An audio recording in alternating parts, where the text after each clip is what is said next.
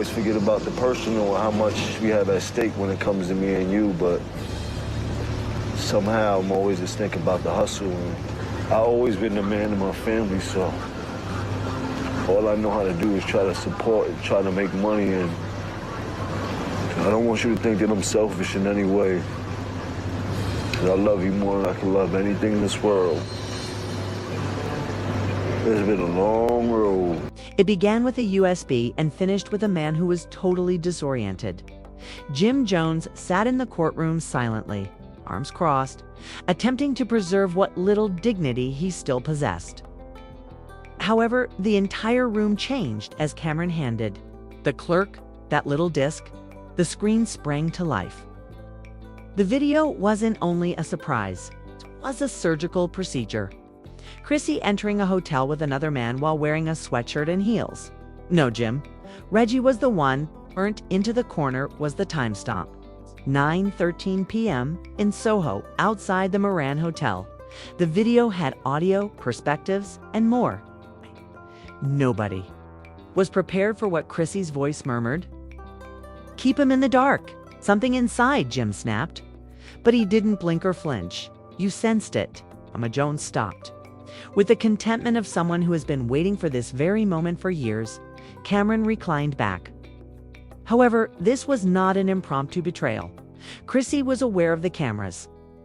Her speech and body language seemed staged, as though she intended for this to be observed, as though this had been planned.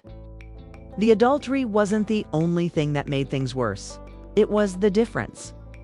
Jim had stated on a webcast a few months prior that Chrissy was his breath, his anchor, and everything.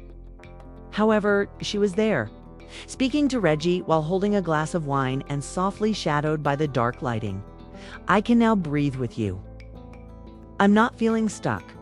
And the serene, liberated expression in her eyes. It was more painful than the actual betrayal. For months, there have been rumors circulating about Reggie. Chrissy dismissed them, claiming that he was only a buddy. However, pals don't toast by candlelight or check into hotels late at night. The murmurs evolved into affirmation. Jim sat up rigidly as the video continued to play. He was bracing as though he already knew. However, observing and knowing are two distinct things. The line that broke the quiet then came. "Chrissy is informing someone on the phone. Jim still believes that I'm with my cousins." So stupid.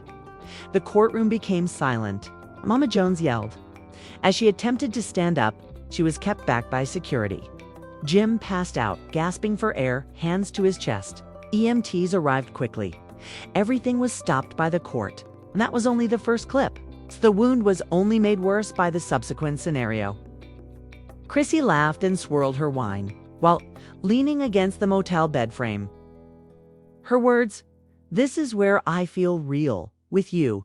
I'm not pretending." She was aware that someone was filming, but she had no idea the video would wind up here. That much was obvious. One of Reggie's cronies, who was notorious for constantly having cameras rolling, owned the room. Regardless of whether Chrissy overestimated Reggie's commitment or underestimated Cameron, the harm was done. Cameron allegedly had an insider. According to certain reports, others said that when Chrissy ghosted him, Reggie turned over the video. In any case, Cameron had evidence, and of something more serious, something illegal, not simply the cheating. Because Chrissy said something that completely altered the perception that this was about heartbreak. "I cleaned up that mess with Reggie's aid. I informed them that it was a gift. It wasn't simply idle chatter." That may have been a confession. Chrissy was already being investigated for her dubious charitable activities. It now appeared as though she could have been concealing evidence on camera. The trial was halted by the DA. Even if everything seemed unreal, it wasn't over yet. Cameron's team had more when play restarted. 3 weeks prior to the hotel footage, there was a voicemail. Chrissy's voice was urgent and scared.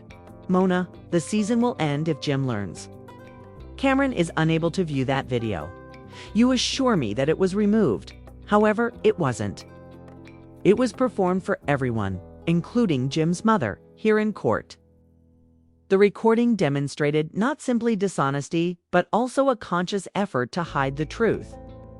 In an attempt to minimize it, Chrissy muttered to her attorney, "Just say I was drunk."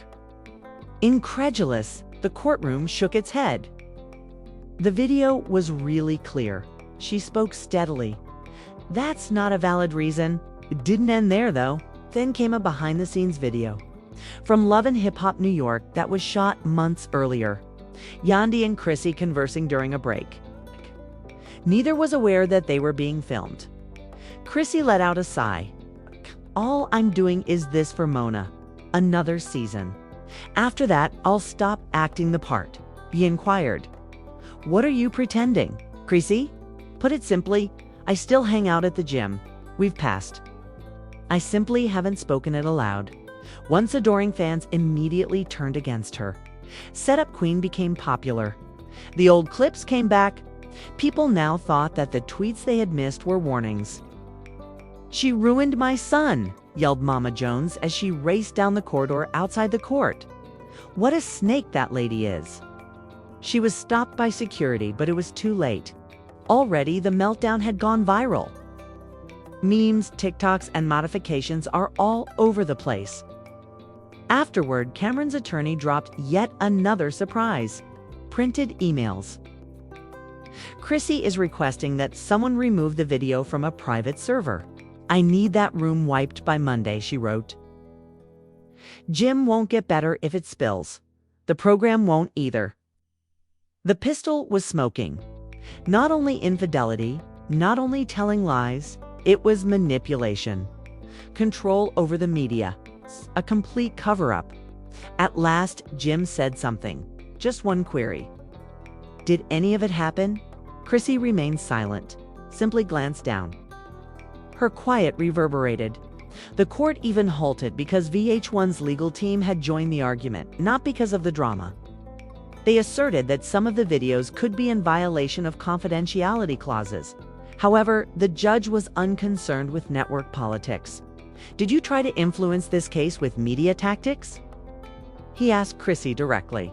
Her voice broke. "I had no intention of it getting this far. I felt frightened." "What are you afraid of?" "Jim is gone, losing control and the lie." Then the last blow was delivered. From Reggie's burner phone, a text. He sent a pal a letter. "She also played me, said she would leave him. I'm the bad guy now." The clips are with Cameron. "I ought to have shared each one. Please don't," she pleaded. Consequently, there were additional videos, proof, and betrayals. Jim left by himself in the end. No Mona, no Chrissy, no cameras protecting him, just a guy left in the wake of treachery. Outside, reporters questioned Cameron. "Do you think Jim deserved this?" Cameron answered, "No. But sometimes the truth doesn't care who it hurts," while glaring directly into the camera. The internet went crazy. Memes started to appear. Suddenly, it seemed prophetic to edit Jim's face with comments like, "You love the camera more than my son. You fold like hotel sheets," sad music overlays, and threads interpreting Chrissy's previous interviews. Then followed the knock-on consequences. Another motion was filed by Cameron's legal team. Turns out that Reggie had post-production experience. He was able to access editing servers. It was more than simply drama. May have been fraud. The sponsors withdrew, production stopped. Chrissy was unfollowed by Mona Scott. VH1 attempted to hide the video, but it was too late. For emotional and monetary harm, Jim's attorney sued Chrissy for $2.3 million. Marcus, her ex, openly criticized her, claiming that she had exploited Jim to gain influence. Her admirers dubbed her the architect. A teaser was revealed by Cameron. The courtroom was visible to you. View the complete story now. Within hours, it had 5 million views. Chrissy said nothing. Mama Jones became enraged. Jim, on the other hand, chose tranquility above attention and vanished from view. The once televised love tale ended not with a split, but rather with a USB. A courtroom and the unquestionable breakdown of all that was meant to be true.